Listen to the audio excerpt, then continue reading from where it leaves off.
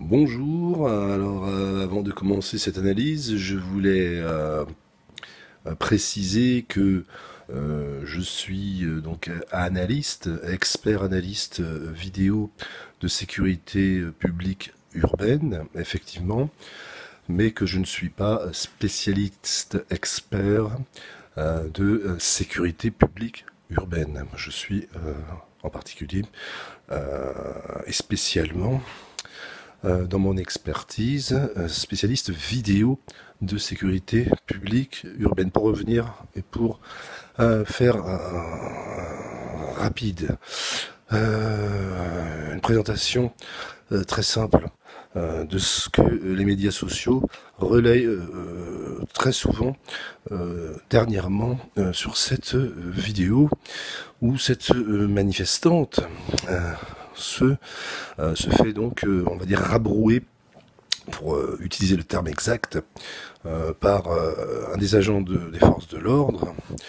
Eh bien, c'est une vidéo donc pirate. On va dire que ce n'est pas une caméra classique, c'est une caméra placée dans un téléphone portable et qui n'a donc pas vraiment de valeur juridique, j'ai envie de dire, qui n'a pratiquement même aucune valeur, pour faire simple.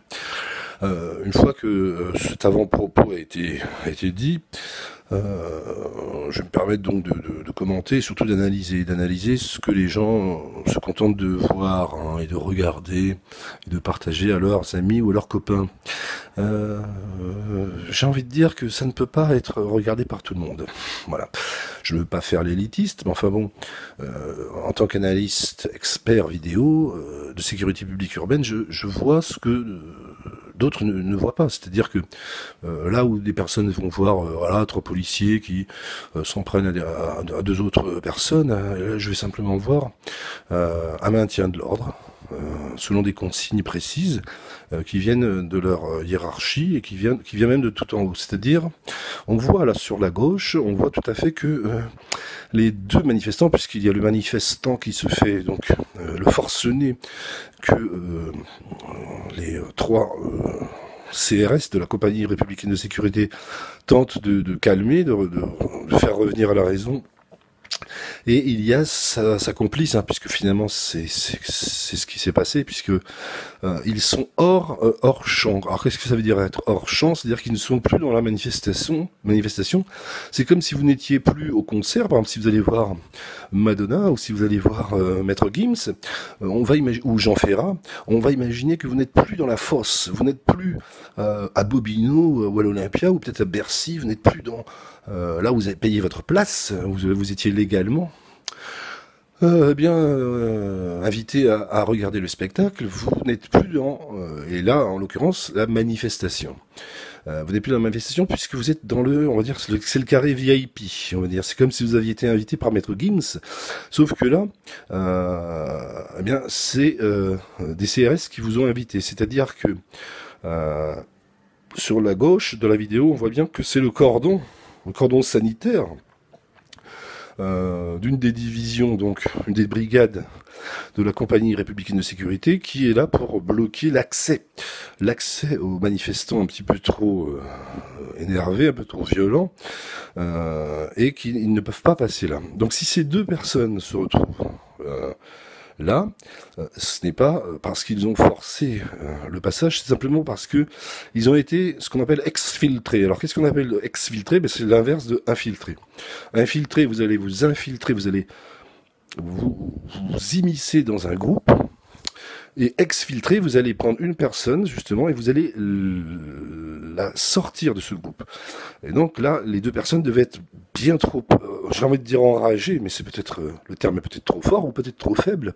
Encore une fois, je ne suis pas un spécialiste de sécurité publique urbaine, je ne suis que spécialiste vidéo, donc moi je vous dis, j'analyse ce que je vois, ce que vous voyez, mais vous voyez peut-être à votre niveau de compétences et de connaissances. Et moi, j'ai plusieurs années d'avance, puisque j'ai fait les études d'analyste expert en vidéo de sécurité publique. Alors, si ces deux personnes sont dans le carré, on va dire VIP, c'est déjà qu'elles se comportaient mal. Alors, les trois CRS, donc, ont exfiltré, ou alors ça peut être également des collègues, on va dire, des CRS d'une autre brigade, d'un autre service même, puisque ça peut être la brigade anticriminalité,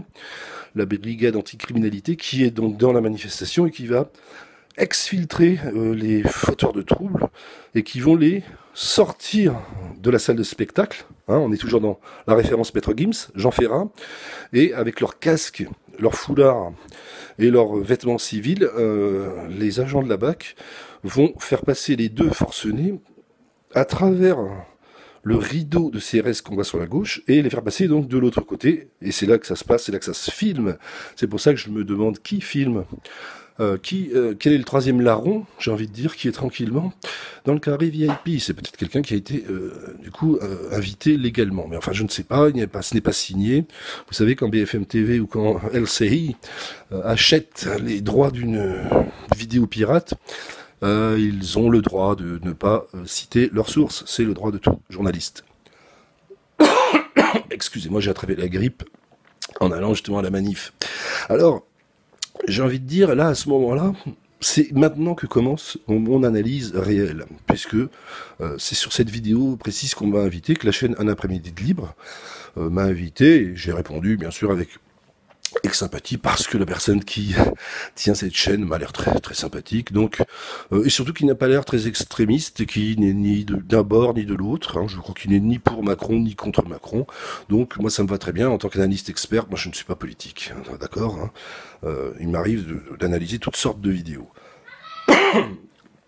Et donc ce que je vois moi, c'est qu'il y a un forcené qui est en train d'essayer de se débattre comme un forcené, et il y a 3 CRS donc qui sont là pour donc le maintenir et pour qu'il soit arrêté, puisqu'il l'interpelle. Ça c'est une interpellation classique, puisqu'il va être ensuite amené à un poste de police le plus proche. Et c'est donc une interpellation que l'on est en train de voir. Et il va se passer quelque chose d'inédit, c'est-à-dire qu'il y a une deuxième personne, c'est la deuxième personne qui a été exfiltrée, puisqu'on voit bien qu'elle a perdu son téléphone, puisqu'elle le dit elle-même, c'est une syndicaliste, je ne sais pas de quel syndicat, à la limite je m'en fous, de la RATP, et qui était dans la manif, et qui manifestement, c'est que de le dire, manifestement a été exfiltrée avec le forcené, mais elle semble avoir été calmée, ou en tout cas les moins forcenés que son complice, on va dire. Mais on voit bien qu'elle a été quand même raisonnée, puisque son téléphone est à terre. On imagine bien que peut-être qu'elle a été, on l'a bien maintenue, et que dans la manipulation, elle a fait tomber son téléphone portable est tombé. Mais les CRS n'estiment pas qu'elle est dangereuse, puisqu'ils la laissent de côté, sans surveillance. C'est peut-être leur erreur. C'est peut-être l'erreur. Puisque, en fait, pendant qu'ils vont essayer de interpeller le deuxième forcené, on voit qu'elle en profite pour ramasser son portable. Bon, à la limite, c'est ce qu'elle a dit, Elle a dit, on va la croire sur parole, j'ai voulu ramasser mon portable. Enfin, c'est pas qu'elle a voulu, c'est qu'elle l'a ramassé son portable pendant que les policiers ont le dos tourné. Et à ce moment-là, donc elle se contente de dire cela, et qu'elle dit à ce moment-là, je ramassais juste mon portable, et le policier m'a matraqué.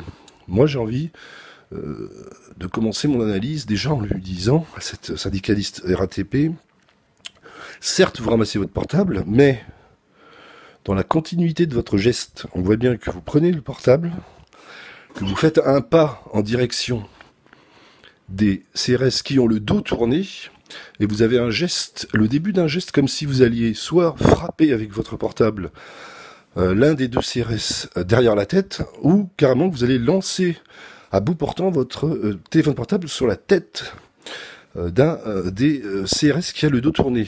Malheureusement pour cette syndicaliste, il y a un troisième CRS, et on peut le saluer, justement, on peut saluer la lucidité, puisque pendant qu'on est en train d'interpeller un forcené, ce n'est pas facile de rester lucide, et il voit le danger, puisqu'il voit le deuxième forcené, donc cette syndicaliste, qui ramasse son portable et qui va faire un geste manifestement contre ses collègues qui ont le dos tourné, qui ne la voient pas. Lui, il la voit, et donc il intervient immédiatement. Ce sont les consignes, encore une fois, ce sont les consignes que reçoivent les CRS, les policiers, les gendarmes, les militaires, on ne laisse jamais tomber son binôme, et encore moins son trinôme.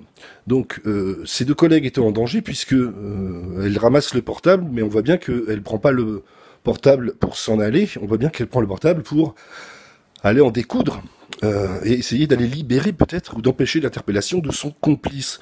Alors que fait le CRS? Eh bien, parce que ces deux collègues ne voient pas, eux, le danger derrière eux, eh bien, il va immédiatement frapper la deuxième forcenée pour lui enlever des mains son portable. Donc c'est une arme par destination, hein, qui peut être rapprochée d'une arme contondante, on va dire. Et il va sévèrement, sévèrement, mais parce que à partir du moment où elle a voulu attaquer ses deux collègues par derrière avec une arme par destination dans la main, automatiquement elle est un danger potentiel. Et bien sûr, il va tout faire pour qu'elle lâche ce téléphone portable et la faire dégager finalement du carré VIP. Elle va retraverser d'elle-même, sans demander son reste, le cordon de sécurité de la division de la compagnie républicaine de sécurité, parce qu'en fait, ils ont estimé que seul le deuxième forcené avait vocation à se faire, on va dire, interpeller. Elle a de la chance, elle ne s'est pas fait interpeller. Alors elle a pris des coups, certes, mais ce sont les consignes, c'est-à-dire que sentant ses collègues en danger, et oui, il a fallu qu'il réagisse immédiatement, ce CRS, et il a, pour moi, hein, en tant qu'analyste vidéo de sécurité urbaine, pour moi, il a très bien réagi. Qui sait quel drame il se serait passé s'il n'était pas intervenu, puisqu'elle s'apprêtait, regardez bien les images, plus je les vois en boucle, et plus je dis c'est indéniable, elle s'apprêtait à commettre, alors je vais pas dire un attentat, parce qu'on est en manifestation sociale, mais dans l'époque actuelle, avoir une arme par destination dans la main et faire un geste très clair en direction de deux policiers qui ont le dos tourné, pour moi c'était un danger qu'il fallait absolument supprimer. C'est ce qu'a fait ce CRS, moi j'ai envie de le saluer. En tant qu'analyste vidéo de sécurité publique urbaine, mais également en tant qu'homme, hein, en tant que Jean-Paul Patate. Voilà, j'espère que j'ai été concis, j'ai peut-être été un peu long, mais il y a des vidéos qui sont un peu plus compliquées, parce que c'est toujours un peu plus compliqué qu'on peut le croire. Il ne s'agit pas simplement de partager des vidéos avec des amis sur Facebook, sur Twitter, sur YouTube, ou sur je ne sais quel Instagram. Il s'agit d'abord de les visualiser, d'expliquer à ses amis, voilà, je vais vous montrer. Et à ce moment-là, vous pouvez insérer mon commentaire.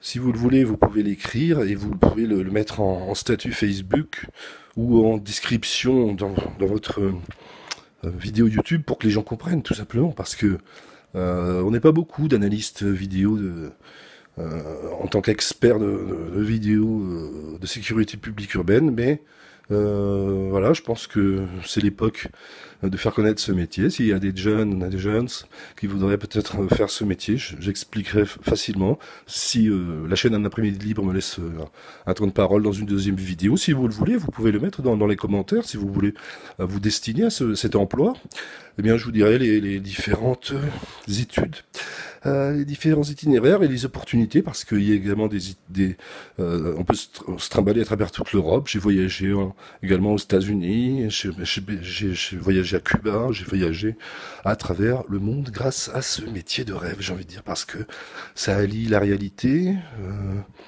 la vidéo et la vérité. Parce que s'il y a un but qu'on recherche en tant qu'analyste vidéo, quel que soit le domaine, c'est la vérité. Merci, c'était Jean-Paul Patate.